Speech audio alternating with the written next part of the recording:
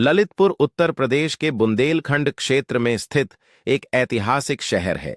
यह क्षेत्र पहाड़ों और मैदानों का संगम है और इसकी अपनी एक अनूठी सांस्कृतिक और ऐतिहासिक विरासत है।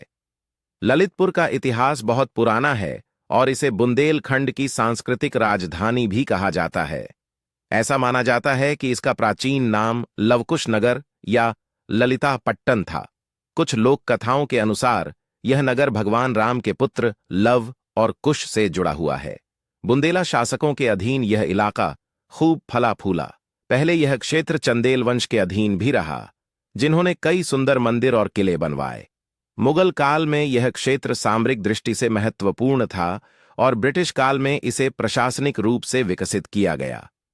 यहाँ की भूमि पर सदियों से विभिन्न राजवंशों ने शासन किया है, जिनमें बुंदेल राजाओं का शासन विशेष रूप से महत्वपूर्ण रहा।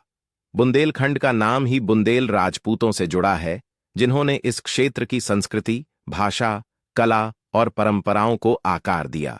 ललितपुर के आसपास कई प्राचीन मंदिर, किले और ऐतिहासिक स्थल मौजूद हैं, जो इस क्षेत्र की समृद्ध विरासत को दर्शाते हैं। यहाँ की मिट्टी से बुंदेलखंड की वीरता, त्याग और संघर्ष की कहानियां जुड़ी हैं। बुंदेलखंडन की संस्कृति अपने आप में बहुत समृद्ध और विविधतापूर्ण है।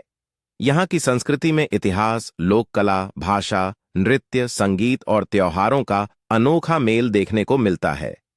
बुंदेलखंडी भाषा यहाँ की लोक भाषा है।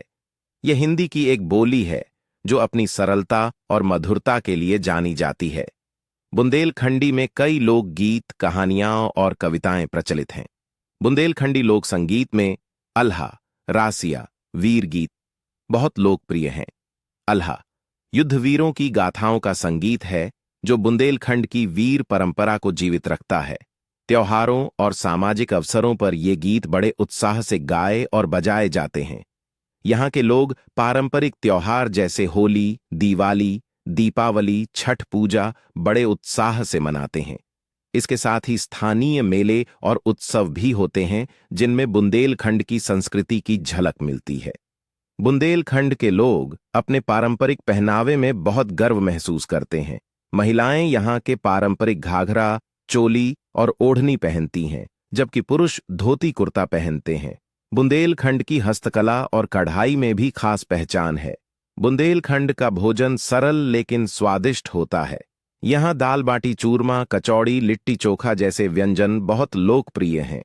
ललितपुर और बुंदेलखंड का आज ललितपुर एक तेजी से विकसित होता शहर है, जहाँ परंपरागत जीवन शैली और आधुनिकता का सुंदर संगम देखने को मिलता है। यहाँ के लोग अपनी सांस्कृतिक विरासत को गर्व से संभाल कर रखे हुए हैं और भविष्य की ओर बढ़ रहे हैं। बुंदेलखंड में शिक्षा, कला और उद्योग के क्षेत्र में भी धीरे धीरे प्रगति हो रही है। धार्मिक और सांस्कृतिक विरासत। ललितपुर धार्मिक स्थलों और प्राचीन कला का भंडार है।